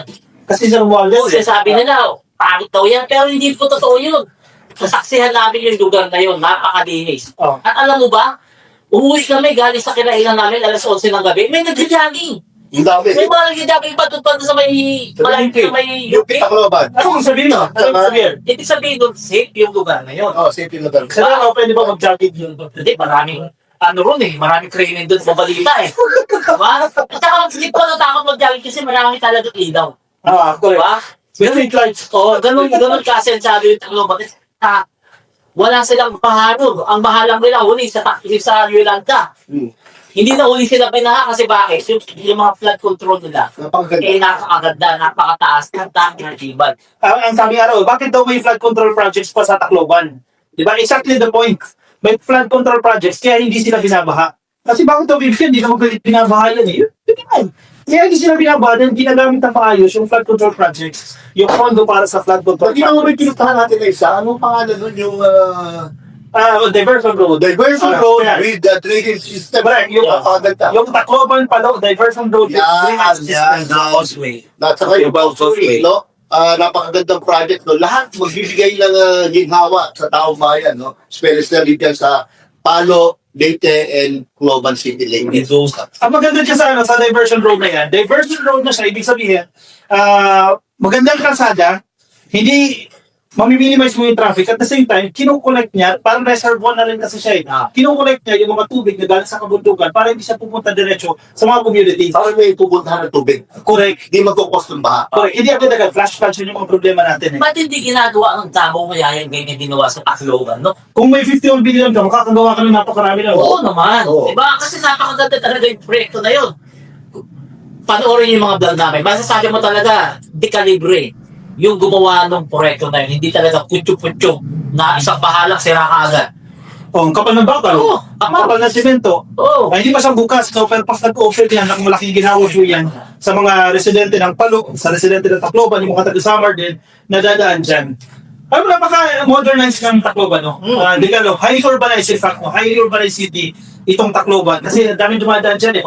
Papunta sa Southern Leyte, papunta mga Mindanao, dyan dumadaan, Oo. mga taga-Samar. So, Oo. good thing na binibigyan ng focus din yung Tacloban. Oo, kasi katulad nga yung San Juanico Bridge, no? Napakalaking bagay na ginawa na yan, no? At hindi nahihintay na masira o may maksidente pa bago gawin. No? At saka mababait yung mga locals ha, huwag nyo kalimutan ha, mababait sila. Sa pakikitungo nila sa mga turista sa kanila talaga, lang sila. Masarap pa mga pagkain, no? Oo. Kaya yung mga Kahit kumabait. yung mahilig mamasyal dyan, mahilig mag-turista sa ating bayan, no? Yung mga balikbayan also, no? Kapag meron po kayong panahon, pasyal po kayo dyan sa Tacloban City, napakaganda po. Oo, ganda. Naay kayo sa Kocho Seafood ako. Well, promote ka pa. Madami ka. Isang ano lang mga kaibigan natin sa Timog Party List, no? Ayaw yun nga pala, Tino. Shoutout po. Ay, maraming salamat sa Tino Party List yan. Si Ma'am Mab, saka kay Sir Jocal, kamusta po? Maraming salamat Yeah, sa maraming magandang reception po sa amin, sa maganda pagtanggap po sa amin dyan sa Tacloban City. Okay. Basa mo tayo ng comment. Basa mo tayo ng comment. Basa comment. Tapos ba? Tapos na ako. Ito si Maria Estrella, Bing Kateki, Oh, yeah. regular viewer, no? Merry Christmas, prosperous New Year to all of you from Solid Marcos Forever Group. God bless. Yung iba nakaano na eh. Merry Christmas. Naka-year-end break na eh. Kami hindi pa. So, ano mo na, podcast mo na, no? Marina Calzada, hello po watching from Ontario, dyan po sa Canada. Happy viewing po sa inyo. Ayan, sir. Maraming salamat at nabanggit niyo yung lugar namin Tacloban na talagang pinuputakti ng mga kalaban. Talagang kasinungalingan yung mga sinasabi nila sa mga sinabi ninyo. Yun po ang totoo. Andiyan ba yan? Si Suke. Oh? Wala nang kinibenta. In fairness, ang totoo yan. Tama ka naman, no? Pinapangit nila yung imahe ng Tacloban dahil nandiyan dyan sa Romualdez. Kahit i-ekis sa equation sa Romualdez, maganda talaga ang Tacloban. No way, nabilayo ng Yolanda yan. 2008, silang-sira ang ekonomiya yan. Naka-recover sila. Yun ang maganda sa Tacloban. Okay, si Marina Calzada. Hello po, watching from Ontario, Canada. Maria Teresa Quimpo, PBBM Solid Marcos #1 forever. Si Mimban Iban. Merry Christmas po sa mahal na Pangulo. God bless po. Ingat po kayo lagi, PBBM. Mahal namin kayo. Walang forever po. #1 leader in the Philippines, PBBM. The best president, #1. Ayan, puro love. Maraming salamat po. Sige, move on tayo sa ating third segment para mabilis-bilis na, no? Dahil isang araw nandiyan si Presidente sa Naiya. Diba? Okay. Kasi tinalubong niya yung mga bayani nating OFW, mga migrant workers na galing po ng Hong Kong na nagligtas sa Ito niya kahapon, no? Diba? Ganyan yung ating Presidente. Ginagawa ng time, naglalagay ng oras para ipakita yung malasakit at pagmamahal sa ating mga kababayan na nagpapakita ng kabayanihan sa ibang bansa. Pagiging OFW lang, kabayanihan na yan. Pero exceptional po itong ginawa ng ating kababayang OFW na nagligtas ang hindi naman niya sa runong na nangyari siya sa Hong Kong. No? So magandang opportunity o event yan kahapon. At bukod dyan, binuksan na rin yung mga panibagong tawag natin dyan. E-gates. Para mapabilis. Mapabilis. Actually, nagamit pa rin yung iba dyan. May luma kasi yan, di ba? May e-gates. Totoo yun. Ang sinasabi kasi sa speech ng Presidente, 20 to 30 seconds, makakalabas ka na ng immigration. Noon kasi napakahaba, pipila ka ng 30 minutes, no? Wow. Tapos, punta ka ng e-gates. At saka yung manual pa, yung may immigration. Ngayon, option. Pero yan. Kung gusto mo i-gate, kung gusto mo manual. Wow. Yung sa e-gates, mabilis na. Totoo yan, 20 to 30 seconds. Kaya lang, pipila ka. May konting pila pa rin. Siguro mga 2 minutes or 3 minutes. Kasabay mo lang sa pila doon, yung mga nasa plano mo. Yes. Kaya mas mabilis. Mas mabilis siya. Kasi syempre, mas gusto nila makalabas agad ng immigration. Kesa yung mga pila sa manual. Ang sinasabi nga ng Presidente, ito talaga mukhang airport na. Di ba? Yung istura ng naiya kayo, mukhang airport na. Kanina, nag-post ako, no? Dapat magbigay tayo ng credit kung dapat magbigay ng credit, no? At walang tao na dapat bigyan walang tao na dapat mag-take ng credit kundi ang ating Pangulong Bongbong Marcos. Bakit po? Siya po ang nagkaroon ng political will para once and for all, no, i-privatize po itong NAIA dahil for several years, talaga sobrang sama na po talaga ng lagay ng NAIA. Yung inefficiencies po dyan, yung dumi dyan, yung lahat ng hindi maganda nangyayari dyan, to the point po na nung first year ni Pangulong Bongbong Marcos nagkaroon ng malakihang brownout o blackout dyan sa NAIA. No? Lahat po yan dahil sa pagpapabaya ng mga nakaraang administrasyon. Pero enough is enough. Yan ang sinabi ni Pangulong Bongbong Marcos. Kaya in record time, in less than a year, na-privatize po ng DOTR yan sa pangunguna ni Secretary Jimmy Bautista. Yung NAIA na yan. At ang kagandahan po dyan, napaka-transparent po yung privatization, no? Kaya walang naging problema, walang pumunta sa korte para questionin yung transaction, walang nagpatigil, no? Para hindi matuloy yung pag-take over ng nanalong bidder, no? At ang pinakamaganda, ang laki po ng kinikita ng gobyerno. At nakapag-finit na. At nakapag-finita po ang grupo ni Mr. Ramon Ang ng San Miguel sa ating pamahalaan. Naalala nga natin, di ba, nung nakuha na ni Ramon Ang yung pag-manage ng airport natin, panaypurin natin, ang gaganda na yung airport natin. Tayo mga vlogger, talagang maganda na yung imahe ng airport natin. Kaso nangyari yung Bollard na proyekto ni Duterte. Sira na naman. Diba?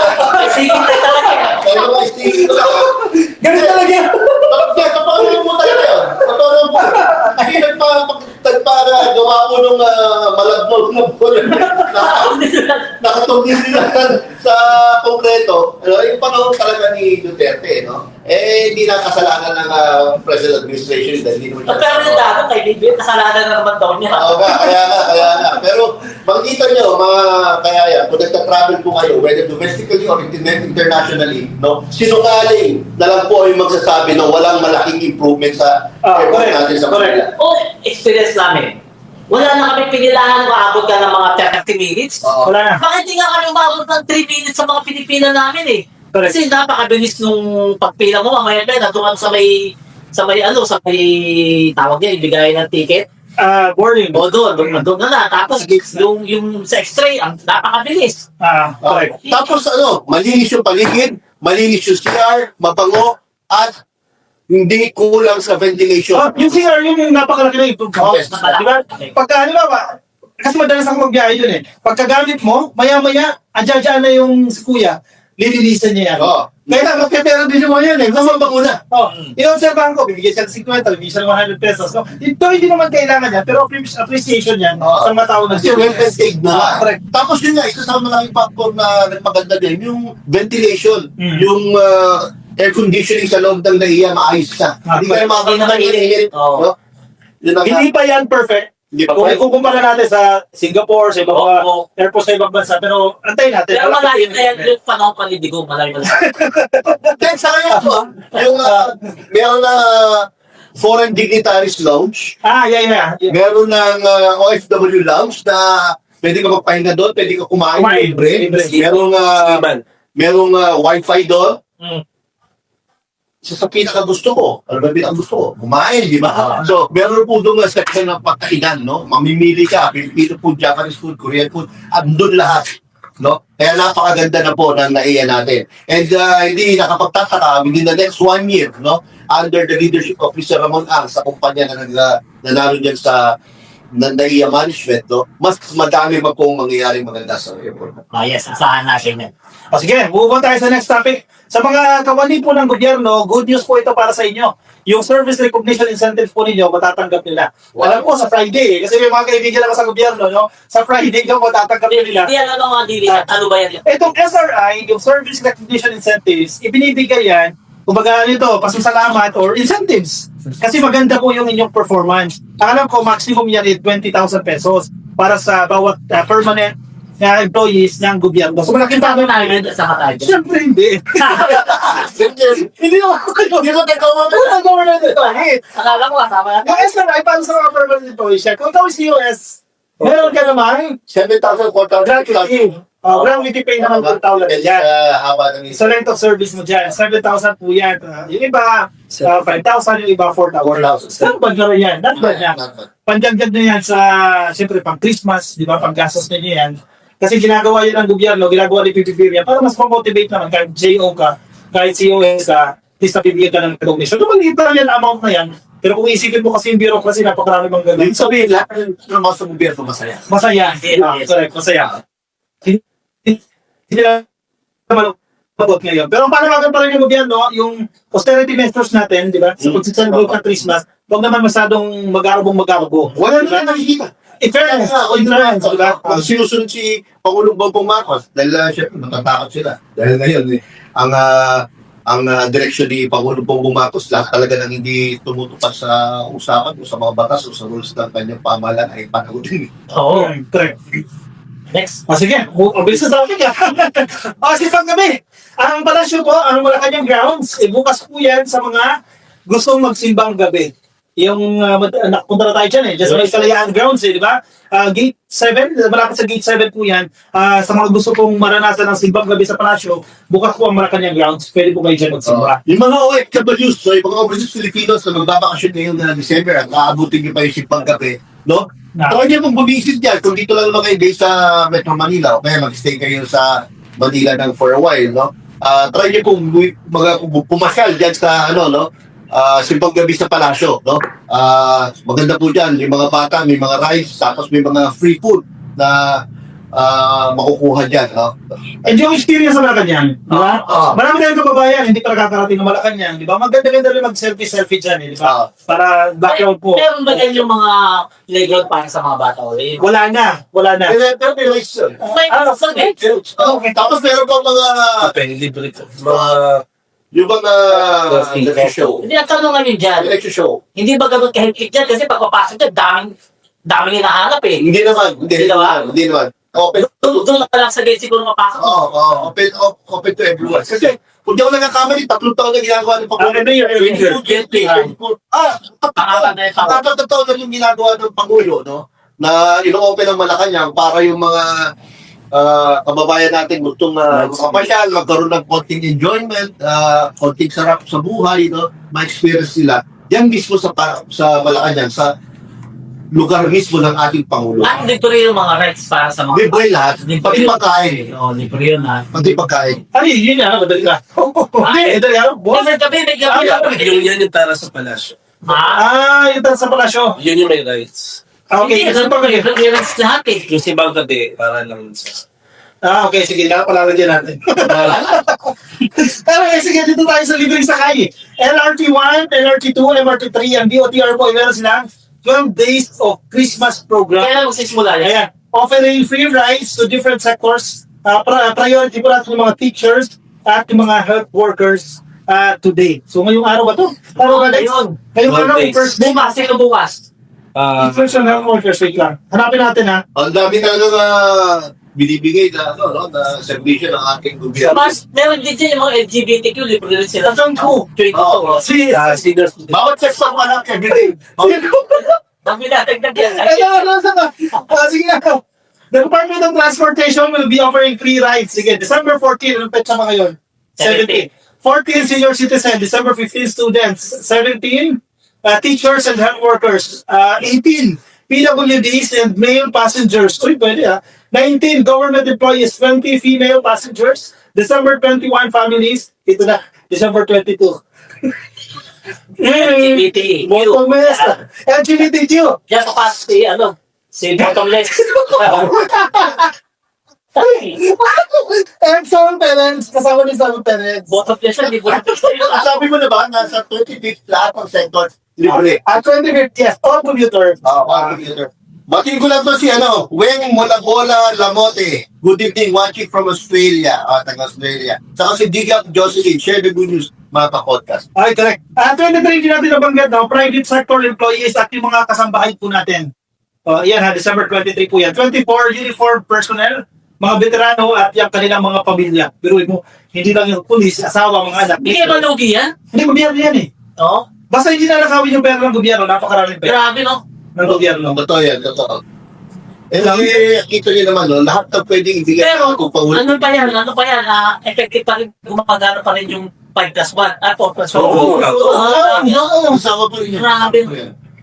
So, yun nga, lahat ng pwedeng ibigay ng ating pamahalaan, ang binibigay. Oo. Ngayon, tawag ito, meron tayong nakalimutan, meron pang event. Ito na, presidente sa yung Yung kanina. abot sa program, Walang gutom. Walang gutom program ng DSWD, no? Kung saan namigay naman ng or nag-serve as service crew. ay damigay ng regalo. Oo, sa Pangulong Bongbong Marcos. So, nakita niyo siya, naka-apron pa, parang siyang service crew doon sa Walang Gutom Kitchen, no? Namimigay ng pagkain, no? So, sa mga seniors, sa mga kabataan, at may kasamang pang-regalo. Ito talaga, no? Aras, pakita natin yung yung may pictures yan eh. Yung Walang Gutom event and pag-abot processing center. Si Pangulong Bongbong Marcos mismo yung nagpunta dyan at tumuyo siya bilang isang volunteer at nag-distribute ng mga regalo sa mga beneficiaries at in-inspect din po yung mga shelter for street dwellers. Yan yung sa Pasay. Sa Pasay kasi yung mga nahuhuli na nasa lansangan, dyan po sila dinadala. Si yung presidente natin mismo, naging volunteer ulit. Namigay ng mga regalo. Saan ka pa? Oo. Diba? At saka huwag natin kalimutan, wala ka ng topic, Jo? Wala na. Ay, Kumpleto na ako. huwag natin kalimutan mga kababayan, grabe, hanga-hanga talaga, pati yung marami natin mga kababayan kay PBBM. Yung sa yung Pigatan Bridge, nasira yun, October 6. 2025. Yan sa Cagayan. Ngayon buo na, pwede nang daanan. Hinihintay na lang i-inaugurate. Grabe, ang bilis gawin. Oo. Ayun yung gumawa ng alternate. At yan makikita si Secretary Vistizo na talagang paspasan yung ginawa dyan. Kasi alam natin, itusan sa PBBM na gawin yan sa lalong madaling panahon. Oo. Kaya ang sabi ni Secretary Vince, 24 hours ginagawa, walang pahingahan yun. 24/7, yan. Oo, 24/7. Yan talagang malaking pakinabang talaga etong si Secretary Vince dyan sa DPWH. Sample na yung tulay na yan. Kasi itong tulay na yan, malaking pakinabang yan sa ekonomiya ng Cagayan. Tama, Mark? Maraming dumadaan dyan, di ba, mga tramo. Kaya ngayon patapos na, mapakinabangan na bago magpasko, bago matapos ang taon na to. Kaya saludo talaga mga Pilipino, lalo ng mga Cagayanos kay PBBM. Diyan lang yan sa Cagayan. Cagayan. Dito sa Metro Manila, EDSA. O yan. Muntik malimutan, no? Oo. Simula December 24, sisimulan na po yung season. 35. 24, alas 11 ng gabi ng 24 hanggang 4 a.m. ng January 5, tama ba? Tama. January 5. So 24/7 din po yan. Pero yung kaibahan nito sa plano na to, hindi na yung book EDSA. Partial po yung gagawin natin dyan. Blocking. Blocking. Kung ano yung pinaka-crucial, pinaka-importante na dapat i-rehabilitate, dyan po magko-concentrate yung DPWH.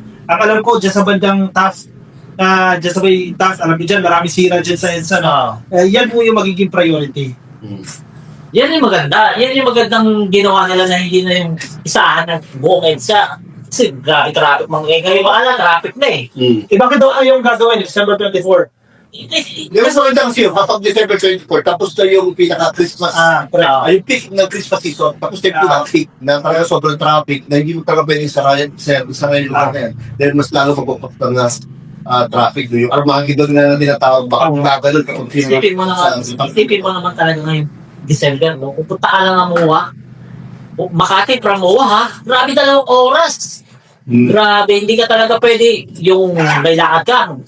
30 minutes ka, nako, late ka sigurado. Sa dami na nag-Christmas party ngayon, sa dami na shopping, dapat may allowance ka lagi sa horse. Sa lakad mo 2 oras. Kaya hindi na nila pwedeng masisi ang gobyerno. Kasi season talaga eh. Lahat lumalabas eh.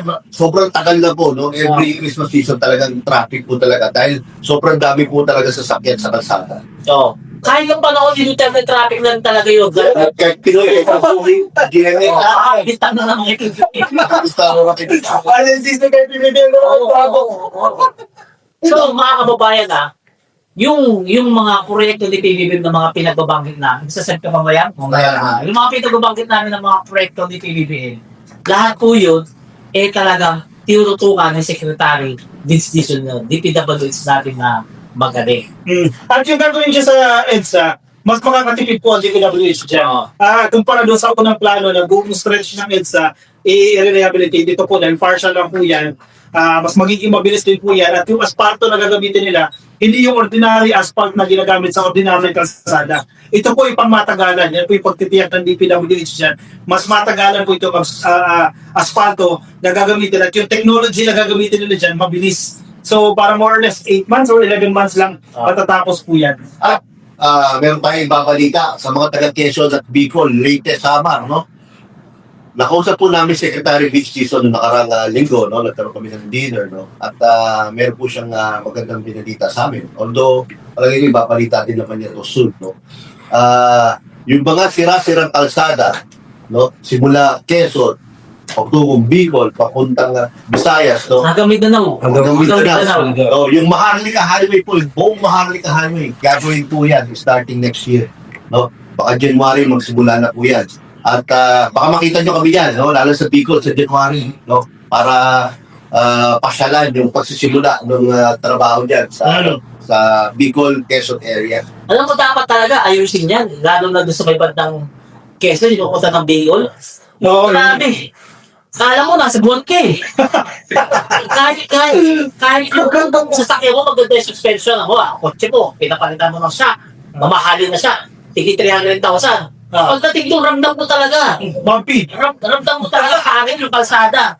Diba? At Kaya saka, mga PCCCM po, Paler, nung alya sa rally, mga eleksyon, nagdala ako ng sariling sasakyan. Sinama ko pa yung patasit ko sa kay tatay ko. Alam, nagsisisi ko. Namura. Ilang oras yung kalbaryo na talagang lubak-lubak yung Di ba ba? Bumunod. Oo. Hindi, minsan na baka distance, hindi mo nakikita. Meron pa May iba pala. Oo. Maano kami sila, from Quezon yan, to Bicol. So, Lalo na sa summer, ganun din. Pag binaybay mo yung summer, papunta ka ng Leyte, matindahan po yung sira ng mga kalsada dyan. At yan ang commitment ng DPWH. Starting next year, tama na tayo sa nakawan, tama na tayo dyan sa investigasyon na natutok na tayo sa investigasyon. We have to do our job, di ba? Construction, gawin yung mga legacy infrastructure projects ng administrasyon. Kasi hindi pwedeng matapos yung administrasyon na ito nang hindi natatapos yung mga proyekto na yan. So starting next year, January, yan po yung good news. ibig ko sabihin, legacy mode na si Correct. Kailangan natin gawin yung dapat gawin. Yung mga schools, mga tulay na pinabayaan, yung documentary ni Ding Dong Dantes, kung hindi nyo pa napapanood, napakaganda po niyan. Napakaraming infra projects ang hindi natapos. Dahil wala na daw pong Hindi pondo. natapos sa panahon ni Duterte ganun. Correct. At even yung iba pa lang po yung Pinoy. Kasi wala na daw pong pondo. Yung iba may mga napansin na hindi na wala advisable na ituloy pa yung projects. Tatapusin po yan ang administrasyon ni PBBM. So ito mga kababayan ko yung mga sinabi ni Ka-Coffee, lahat yan ay legacy project na ni PBBM. Pero mas matindi pa rin yung legacy kung maipakulong niya yung mga buhayan. Kaya mga lintay. Okay. Wala. Bago matapos ang ating podcast, speaking of pakulong or pagpapanagot, any fearless forecast kung sino mga una? Ako Meron na ako dyan. Ikaw po, sige. sige ako sa tingin ko talaga dyan. Ano ba? Magpapakain na kung sino tumama. Ano ba, tama sagot o hindi tama sagot? Hindi tumama ang sagot, magpapakain. O sige. Hindi. Halimbawa, tama yung sagot ko. Kayo dalawang kapakain. Oo. Sige O sige. Pasensya lang, nag-isa lang ako. tingin ko, unang mga ilalabas natin sa Rebilla. Ilalabas natin. Kasi sure na yun, di ba? Sa tingin ko dyan yung talagang sinasabing pinaka-buhaya sa lahat ng buhaya. Sino yan? Si Fred Galord. JIL. Yan ang sa tingin ko. Si Joel. Yes. Okay. Why, di meron pa iba? Yun na. Sige. Kasi natin yung tatlo, papakain na kayo mga Ako. Congressman. Sa'yo ba ito, sir? Sige. Wala na kita. Congressman at CIS Park, please. Si yan, magkapatid. Eric Yap. Sa Edvic yan. Eric Yap. Kasama yan. Ikaw, sir. Sino daw? Marcoleta. Hindi Marcoleta. Binubuno ng mga producer. Hindi kasama si Marcoleta. Yung Cordero din. Dalawa. Ay, salam. Tama si Bong. Isa lang. Sa kanan Natakahin ko magpakain, pre. Ikaw wala. Isa lang. Chinggoy ka na. Ano naman na natin sagot Kasi, ano naman na natin? Okay, yun yung kayo yung witness ka na. Ako si Eric Yap, mga congressman. Ako si Joel. Joel, and si Jinggoy. Pero lahat po yan talagang big fishes po yan Katulad nung sinabi ni Coffee, no? Congressman po yung dalawa na yan, pero big time congressman naman po yan. May mga aeroplano po yan. At naging chairman ng appropriations committee noong panahon ni Digo. Kaya hindi nyo pwedeng maliitin yan, no? Alam mo, Hindi lang po ang senador ang big fish dito sa usaping flood control staff. basta politiko. Basta Big politiko, fish po yan. Pero may nag-comment si Romeo Gripaldo. Ang sinasabi niya, salamat PBBM, dating tahimik, ngayon magulo na ang Pilipinas. Okay, pakuro yan. Dilis yan. Anong gusto mo? Tuloy-tuloy ang pangungura? Kung pangungurakot, no? Hindi na lang binanggit ni PBBM itong flood control staff para everybody happy lagi, no? O itong ganito na kahit may konting kaguluhan, pero na ilalabas ang lahat ng kabuluhan ng gobyerno at may mapapanagot. Alin, sagutin mo. Kung meron ka man utak. Alam mo yung mga dinisan to, magaling na talaga sa salita. Magaling na sa comment. Alam mo yun, galing tayo Tacloban, di ba? Nauna kayo sa Maynila. Ako nagpunta pa ako ng Davao City, Ang dami kong bashers nun, Nakita niyo yung mga post ko dyan, Nagpunta pa ako ng Davao City, binidyohan ko pa yung airport nila habang naghihintay ko yung tito ko, yung sundo ko. Wala namang gumalaw sa akin. Wala namang kahit murahin ako, wala naman. Sige na, nandun na ako sa Davao City, Wala naman. Naglakad-lakad pa ako sa People's Park nila, pinunta ko pa yung malaking durian. Wala naman. So, ibig sabihin, Tuwang. Hanggang sa salita lang. Hanggang sa lang yung mga deals na yan. Kasi, Pinuntahan ko na kasi, pumunta kayo sa Mindanao, ganyan. Oh, Hindi nila alam, taga-Sambuanga ako. Di ba? Taga-Sambuanga ako, kaya hindi nyo ko masisindak. Tsaka may kamag-anak ako din sa Davao City. Oh. Pinuntahan ko na kayo. Oh, wala man lang nagpakita sa akin. Nagpunta-punta pa ako din sa hall nyo. Sir, dalang ba yan? Dalang Oh, dalang. di ba? Dalang, yan. Mga trolls mo kasi. Ilang araso ng tweet ko po. Sabi, kapag nagpunta ka nito, pugunta ka namin yung ulo. Ito pa nga, nagpapodcast pa ako ngayon. Oh. Yan ang ebidensya na pag sinabing Duterte supporter, mga support gaya ng amo. Pulo lang forma, kaya nakulong, nabubunok sa kulungan ngayon. Ikaw yun. Ang tapang nito. Pwede, basa pa tayo. Ito, si Rowie Ruban. Kami lang. Rowie Ruban. Sabihin niyo na po yung tanong niyo. Ano po yung tanong niyo? Oo nga, ano yan, ka-coffee, may tanong ako, please notice me. I-comment niyo po yung question niyo habang may time pa tayo, no? May tanong ako mga lads, hanapin ko sa taas. Ito, sinagot niya, yung Dili, sinagot ni Teresina Sarmiento. Naku, mas gusto mo nga yung mga pugat ng kriminal. Tama. Tama. O, diba? Kasi, sa panunumpunan ni PBBM, hindi natin may iwasan na batikusin siya kasi nasasaktan yung mga dilis. Dahil sapaw si Duterte kay PBBM sa lahat ng aspeto. Talo lang ni Duterte si PBBM kung manghalik ng babae, doon lang natalo. Sa lahat ng aspeto. Both sa kay PBBM. Then, sa totoo nagkakanalista, lahat ng change. Yung lahat. Kapag merong change, talagang merong kung tinatawag yung violent reaction. Yes. Yun talaga yung gulong makikreate. Kasi marami po, no, majority ng mga tao, no, allergic po sa pagbabago. Ito pong ini-implement ni Pangulong Bongbong Marcos, so malaking pagbabago po ito. Dahil yung dating nagiging kultura ng korupsyon, no, tinatanggal po, binabago na po ng ating Pangulong Bongbong Marcos. At yung mga apektado po ay tiyak, gumagawa sila ng paraan para manatili ang kasalukuyang mga nangyayari, which is ayaw na po ng Pangulo. Kailangan po talagang baguhin na ang ating sistema sa ating bayan. Correct. At dyan sila rin sa taktan. Yes. Diyan sila sa saktan. Mahirap tanggapin kasi. Yung pinakaako lang isa, change is coming. Yun pala, change is scam pala. Diba? Scam pala. Ito pala, yung PBBM, yung totoo pagbabago. May tanong na yung Humang, no? Bakit pinapakalat ng mga GTS na lahat daw ng mga prosecutor sa ICC ikukulong ni Putin? Fake news po yan. Ano natin yun? Parang jurisdiction si Putin dyan sa International Criminal Court. Ito, binayolate ang prosecutor na yan sa batas ng Russia. Hindi. Ito, Rowie, no? Ito lang kasi nangyari. Kasi may warrant of arrest po from ICC si Putin for crimes against humanity din po ate kung anong yeah. tulad ni Digong. So meron po siyang warrant of arrest. Ngayon, yung mga kalyado po ni Putin sa Russia, no, ginawa ng kaso itong mga ICC judges, no, lahat na involved sa ICC. So syempre, sinhawak ni Putin ng korte sa Russia, no, inisyuhan din nila ng warrant of arrest itong mga ICC judges. Ngayon, pwede lang pong ma-arresto itong mga ICC judges kung mapunta po sila sa jurisdiction ng Russia. Eh, hindi naman po sila pupunta dyan sa Russia dahil syempre ma-arresto sila. So, wala po yan. Wala pong, in the same manner po na hindi na-arresto si Putin kasi hindi mo makapunta ang mga representante ng ICC kahit Interpol pa sa Russia para rescue si Putin. Di syempre, matatakot naman sila rescue si Putin. Ito naman po mga ICC judges, syempre, hindi mo sila pupunta sa Russia din. Eh, good, kung ayaw nilang ma-arresto, iba? Ganun lang po kasi ngayon. Huwag kayo nang tayo na babahala sa mga ganyan. Natural lang po yung political lang po sa international ano yan. Scene. At wala namang prosecutor na Pilipino. Wala. Parang, Kandidat Fardo na kinikilig sa atin, shoutout po sa inyo, no? Si Madalena Gatan, ang ginagawa ng Pangulo ay para mag-reset ng sistema ng Pilipinas. Kaso ang dami pa rin sila sinasabi, nasaktan siguro sila kasi nasa pawat sila. Ayaw magbabago. Pero Sita Sarmiento, mas gusto nyo ba ang maging Pangulo na ayaw ipagtanggol ang mga teritoryo natin gaya ng West Philippine Sea? Tama. Gusto nila. Gusto nila ibigay kasi ang West Philippine Sea. Ang ating Ariarian. Imelda Sarmiento, Merry Christmas for both of you guys. PBBM forever. Merry Christmas din po sa inyo in advance. Ito si Digam Jocelyn, huwag kang maniwala sa kanila kanoy. Puro kasi nungalingan pinapakalat nila. Fake news lang sila. Kaya ito sabi niya, copy.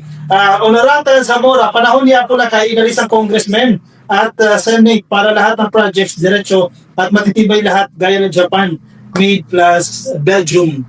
In fairness, yung mga Japan-made infrastructures, ang gaganda, maraming gusali, ang Department of Agriculture, ang gumawa, Japan din po, napakatitibay hanggang ngayon, buhay na buhay pa rin po. Okay, 28 na. Alright. Oh, Ay, pasalamatan natin, mga pasasalamatan natin. Of course, gusto namin pasalamatan ng Bagong Pilipinas Studios, of course, at kila Ma'am Marlene, no? Nagpagamit sa atin ng, okay ba? Ng opisina. Sir Dayo, sir, maraming salamat po sa kahit ganitong setup, no? Nandiyan pa rin po kayo para tumulong sa Salamat PBBM Podcast. Teka rin na yan. nag-out na ba rin ako? Tapos na yan. Thank you kasi mga Ang DPWH Region 8, maraming salamat po ulit sa inyo sa warm welcome nyo dyan sa Leyte. At saka doon sa tinuluyan namin hotel, yan. Maraming salamat sa napakabay ninyong sa amin. Welcome. Mag-welcome sa amin dyan sa sabi ko sa hotel, Batison Hotel dyan. Mga ka-BBM, please follow our pages po, no? Una-una, Salamat PBBM page, and then Paleris page, Ka-Coffee, Marky and Everyday, 31 Million Movement, at yung aking page po, Yayam Dizor page, no? At binabati ko, shout out kay mga kaibigan natin, si Cecil, si Lucci, no? Makain daw sila ngayon sa mall. So, Basta tayo ngayon mamaya. bahala. Ano ko sa beer house? Kaya mo yun, para binulang po sa kalabusan, hindi po kami nabibiraw. Baka maniwala na. Dito tayo nila. Hindi po kami nabibiraw. Ay, guys, ano? Ay, syempre sa first call. Ay, salamat nga pa sa... Ay, joke pala eh. Ay, saka meron pala doon, ng gift sa atin si Ma'am Michiko. No, si Miss Michiko, yung napakagaling na digital strategist. No? Yan yung nakilala natin, tumulong kay number 1 Robin Padilla sa kay Kiko. Senator Kiko Pangilinan. No? Napakagaling na digital strategist. Kaya yung mga gusto tupak mo lang niya sa 2028, Of course, na rin. Michiko is the day. Makakunin ni Felix Salvador yan. Oo. Diba, lalo ka sa pilit siya. Kung ito sisira si Misko.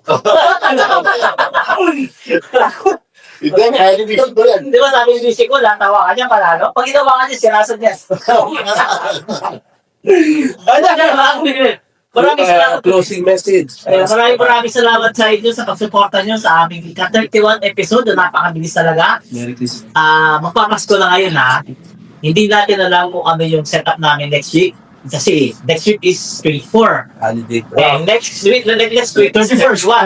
Yan. Hindi natin alam kung ano yung magiging setup namin. Kasi magbabakasyon daw si Alex eh. Okay. Kaya malatang mo, meron kami mga year-ender reports na. Abangan niyo po yung aming special for 2024 saka 31 or baka makapaaga ng isang araw po yan, no? So, gagawin natin kung special yung aming year-ender podcast. Oo. At next year po, second season na po kami. Yes. Magkakaroon po kami second season kung natuwa sa amin ang aming producers, no? Na bigyan kami ng another season. At natuwa sa atin yung mga nanonood sa atin na hindi tayo iniiwan. Isipin mo, 31 episode na tayo, ang dami pa rin sumusuporta sa atin. Correct. Sa ating views. Oo, kasi kumpleto tayo. May mga proyekto tayo ni PBB. Buwabalang din tayo minsan, di ba? Hindi boring. Kaya maraming salamat po talaga sa inyo, sa suporta ninyo, sa programang ito. Kasi kung hindi rin naman talaga dahil sa inyo mga ka-BBM natin, hindi rin ito tatagal. So, umabot kami ng 31 dahil po yan sa suporta ninyo. So, muli ako po si Paleris sa TV. Yayan dito po. At Ka-Coffee, paalam. See you next week. Ay, by the way, pakishare po itong yung podcast namin. Kung huli kayong nakapanood, pakishare pa rin po para mas marami pa rin po makapanood kahit replay na po. Ayan, bye-bye! Bye!